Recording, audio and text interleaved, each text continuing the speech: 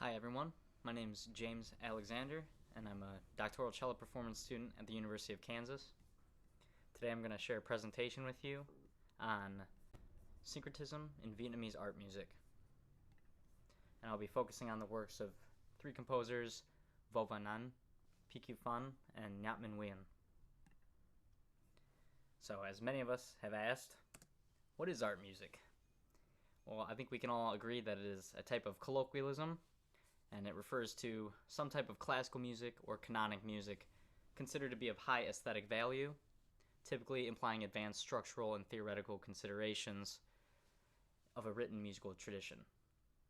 It frequently contrasts with ordinary or everyday music, also called popular or folk music. My research deals with the classification of art music, its inspiration by what is conventionally considered folk music, and the impact this has on our canon. I'd like to share this quote by Nhap on this topic. He says, "Writing music is probably too general for me, as it could be anything, pop or commercial music, which is not what I intend, for example. Art music helps show that in my music I want to search, explore, or point out something not mentioned before, and does not serve as just mere entertainment." I'd like to share another quote with you by my former professor, the scholar Alexander Cannon, who has extensive correspondence with two of the musicians in this research. He suggests in his article, which he just released this year, Awakening the Soul with the Left Hand, Narration and Healing in Vietnam's Diasporic Traditional Music. For Vietnamese in Vietnam and in diaspora, Tam Hon, or soul, is a specific strategy to re-narrate and rebuild community following war and forced migration. The concept of Tam Hon has a long history in Vietnam as one that mediates an internal experience outward towards others. Musicians create a voice for themselves and others in this community by crafting new spaces of performance and suggesting tools for managing the passage of time. To discuss this concept, we must acknowledge a significant influence from Chinese, French, Indian, and Cham culture in Vietnam. China dominated Vietnam for 1,000 years and France for 100. China was there from 111 BC to AD 938, but were never able to fully assimilate the Vietnamese and endured frequent rebellions. After AD 938, China invaded periodically, and in that year, Ngo Nguyen defeated the Chinese and gained independence for Vietnam, which Vietnam was then ruled by a succession of dynasties. In the 13th century, cultural exchange with Vietnam and China assumed a more peaceful character, as the Vietnamese learned plowing, growing rice, and medicinal practices from them. Chinese and Indian influences can be distinguished in Vietnamese art, for example in the use of automatopoeia as a method of teaching drum playing, modal concepts, traditional painting, architecture, script, and theater. Next, I'm going to show you an example of a genre that demonstrates the complexity of defining musical forms which have evolved and been rewritten throughout history. This genre is called gà chó. Historical development of gà chó is complex and largely unexplained. The criteria for the singer is that the voice should be improvisational in expression and harmonized in pitch and meter with the lute. Lyrics are executed deftly and the rhythms subtly while intermittently tapping the clappers. Gà chó was a symbolic force for national unity and historical continuity in reunified post-war Vietnam. It provides a context for the individual to remember precursors and express one's identity as Nhat Nhan, an art person. For female singers, it provides a format to resist historically rooted chauvinism and reinvent what it means to be a songstress in modern Vietnam. I'm going to show you a little bit of how gà chó sounds in the modern context. Soft and loud.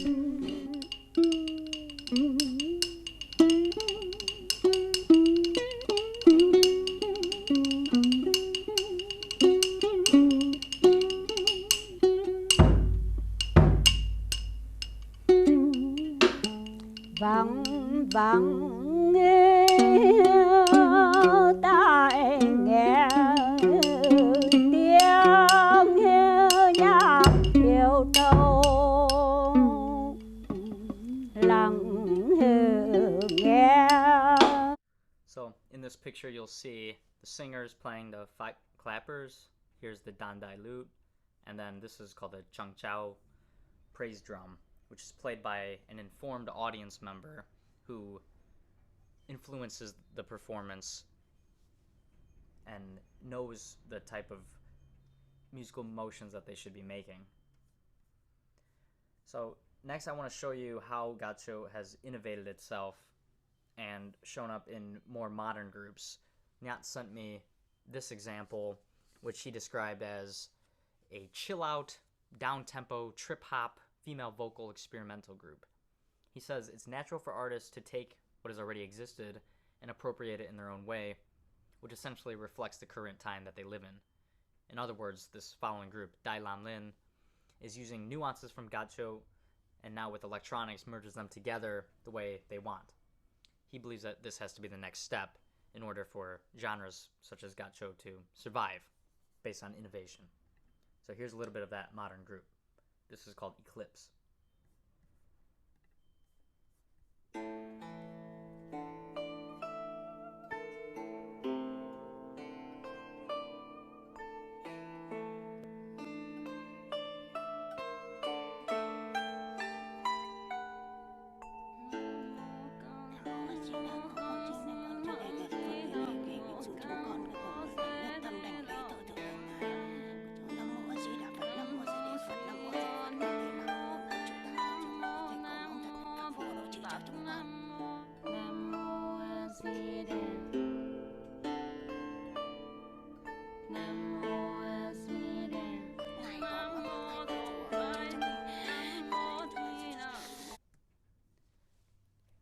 So, as you can see, this is one genre which has existed for quite some time and has found a reason to innovate, again, based on survival. So, my research in general is just going to focus on these three composers, Nyat Minh Nguyen, Van An Vo, and PQ Phan. I will interview them. I've already had a couple times, and I'm trying to learn more about their compositional process and intent. For the lecture recital, I will be performing my transcription of Awakening by Van An. She originally wrote it for Dan Bao, monochord zither, and cello, and I arranged it for two cellos. I'll be performing Etude by Dr. Phan, and a new electroacoustic piece by Nyat, and providing a performer's perspective on all of these and how to play the music properly. Hopefully, demonstrating how the traditional music of Vietnam has integrated into modern art music. Let's focus now on Nyat Minh Nguyen and talk a little bit about his style. He has told me that he has a style based in mixed notation, graphic notation, usual metered notation, and aleatoric components. Also, his music generally has a conceptual and programmatic slant to it. He also said he was inspired by Ferniho and the New Complexity movement, noting this type of notation allows for multiple trajectories in which the performer becomes the filter rather than specifying a single route. I'd like to focus on one piece he sent me, an example that tropes the gacho techniques talked about earlier. He describes two ways in which he used gacho in his writing. For transcription, he says he's trying to copy everything exactly from the genre, including lyrics, melody, rhythms, etc. And for troping, the second method, he's taking essences or basic elements like vocal techniques out of their original context of gacho and using it for his own purposes, like letting them live in new sentence structures or formal constructions. In this piece I'm about to show you, Memoir, he mainly used the second technique, troping or transferring techniques of sounds often found in gacho. Some techniques including using glottal attacks, varying degrees of nasal in singing, and clear pronunciation of Vietnamese vowels and tones in the soprano, while imitating sounds of the plucking from the lute with pizzicato and even Bartok pizzicato. Gacho is not a notated art form, so all of these techniques and sounds he tries to imitate are done with Western notation to the best of his ability. So here is some of the examples from the score. You can see the designation of poco-nasal, these inclusions of microtonalities, and also how the lute and, well, in this instance it's a double bass emulating a lute, but how this line and the vocal line are imitating each other. This can also be seen in this next excerpt, the follow double bass designation, and also time is not fixed, which is alluding to that concept of improvisation. So let's listen to a little bit of this by Nyat.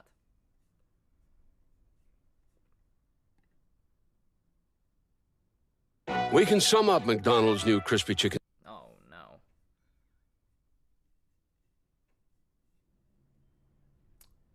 Well, they gave me an ad. So, a 31-second McDonald's ad. That's pretty terrible. But I'll just pretty much buy some time here for another 10 seconds and tell you how this is a fine example of how Nyat integrated a traditional Vietnamese genre into his own conception of art music without compromising or tokenizing either.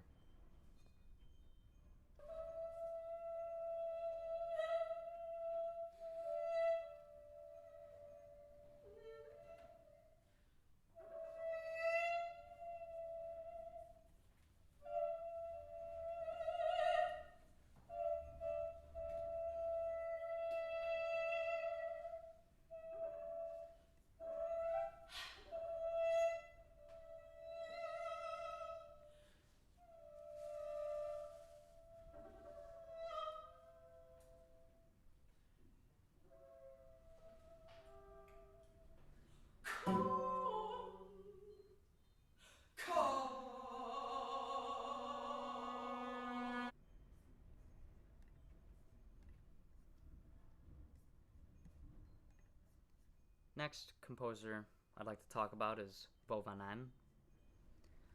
And again, I would like to reference Dr. Cannon's work and his analysis of her work Bound, which describes her ability to narrate stories of the Vietnamese refugee experience, and going back to that concept of Tom Hone that we talked about earlier. In 2014, she participated in a chamber opera titled Bound, which explores the true story of 17-year-old Diane Chan, a Vietnamese-American woman working 2 jobs who was jailed in 2012 for missing too many days of school. The composer Hoang Duo scores the work for Dan Chan, Dan Bao, and an ensemble of Western art music instruments. Bo works as a part of the ensemble to provide accompaniment to the singers on stage, including some dissonant sounds during traumatic episodes in the story. She also improvises alone with highly ornamented lines created by the left hand to indicate when characters on stage are imagined being in Vietnam. I'd like to show you a little bit of how she plays the Dan Bao in this etude written by Fiona Lee Jones.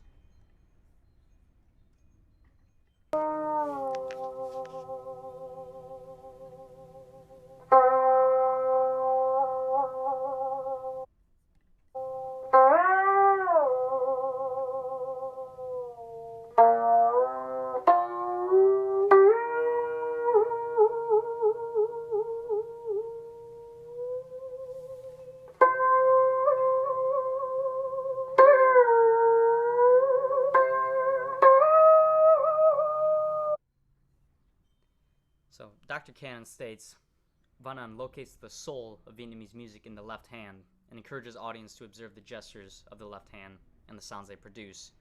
She describes the left hand as producing color and an emotive quality made by liquid and nimble movements which echo the contours of the Vietnamese language. Vibrato in this sense, bending from one pitch to another, and tapping ornamentation properly expresses a particular mode rather than being mere embellishments of pitch. In Vo's own words, the work of the left hand recreates the sound and vibrancy of the Vietnamese Tom Hone. This knowledge cannot be notated and serves to indicate the musician's closeness to traditional music. Back to the chamber opera of Bound, she uses the Dan Bao in this way, more typical of Vietnamese traditional music, by improvising a 1-minute passage, enabling the transition from Diane's conversation with Khan to Diane's appearance before the judge. Vo draws upon her training as a musician of traditional music to reflect on the conditions of present time and space. This inspires her playing and makes a sharp distinction between other forms of opera. Euro-American opera has a long history of using approximated versions of music of the Middle East or Asia to transport audiences to supposed exotic locations. Vo does not use the instrument to help the audience imagine another time and place, but to generate a context-specific arch, argues Cannon. Vo encourages the audience to reflect more fully on the present, Diane's story being told, and the space in which it is told. I'd like to show you a piece from her 2013 album, 3 Mountain Pass. she expresses the loss and grief following war by incorporating Vietnamese funeral music in this piece titled Mourning.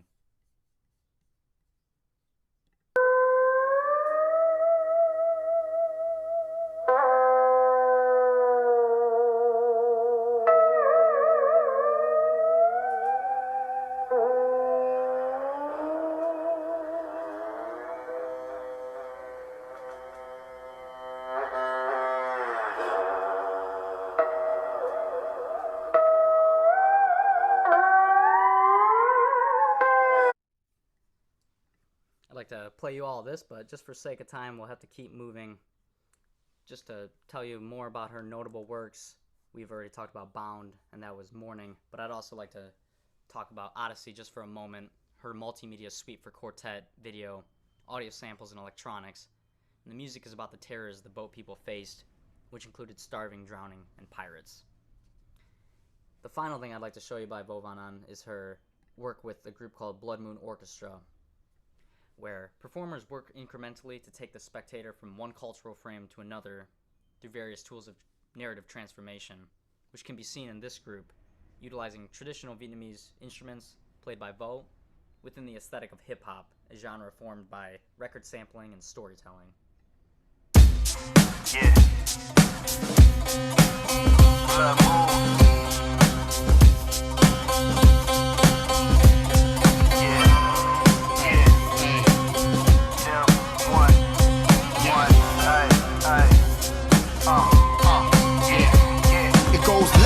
Right wing, lames and bird brains. Our politics hang on corporate purse strings. The plight of the earthlings is turned for the worst, man. It's counter-revolution, evolution reversing. Crops on fire, need rain in the worst way. Temps rise higher, hurricanes and earthquakes. The planet is thirsty. Alright, before we get too crazy here, we'll keep on going, and I'll just tell you a little bit about the piece that I transcribed with, or that I will be transcribing for the lecture recital, and show you about some of the Dan Bao notation. As you can see here, there's some tremolo, an indication of bowing, tapping the string with the bow, and then a whirlpool technique, which I still need to explicate. So last but not least, we have P.Q. Phan, the professor of composition at Indiana University, and just to introduce him, I'd like to play his work Tragedy at the Opera, which he wrote for the Kronos Quartet back when he worked with them from 1995 to 2000.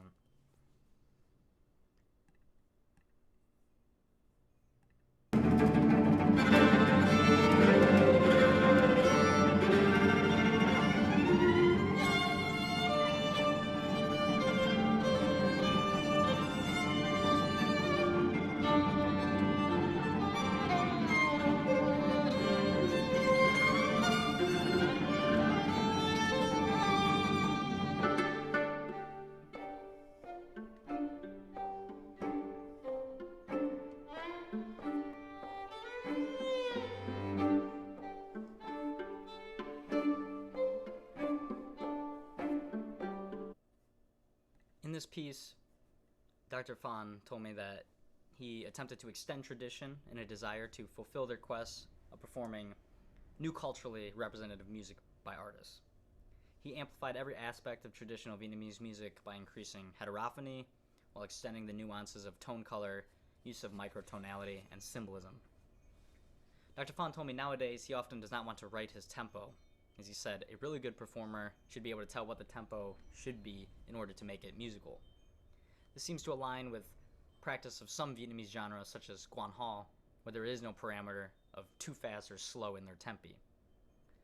He says the less we notate what it is supposed to be, then sometimes it is more musical. The work that I'll be studying for my lecture recital is Etude by Dr. Phan, which he told me he was inspired by J.S. Bach in its writing, and there are some clear parallels in terms of the Fortspannung type of textures, but there are some deviations as well, such as the use of quartertones and glissandi, and the things that are similar, however, are the use of motivic transformation, some improvisatory rhythmic figurations, but the chief difference, I would argue, would be the extensive use of false natural harmonic double stops, which create a polyphonic texture and allowing representation of passages that would be cumbersome or otherwise impossible. So here's some examples from the score. This is the sounding line, what you will hear versus what it is notated as.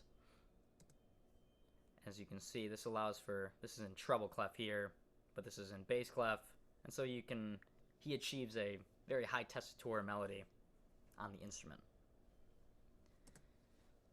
And again, with the different quick variations in pizzicato, glissando, and false harmonics. He explained to me everything in the etude is about transformation, harmonic and sonority transformation. J.S. Bach, he said, is always doing harmonic progression melodically. This is calm, soothing, and beautiful. He always wrote a lot of different techniques in the bowing and pizzicato. Bach makes technical stuff sound beautiful, and which is what he wished to accomplish in his etude. Bach uses traditional harmonies, but Fahn's harmonic language is self-described as based on spectralism and some intuition. The inspiration from Bach is there, but he is thinking of ways to develop different harmonies. So let me play you just a little bit of the etude now.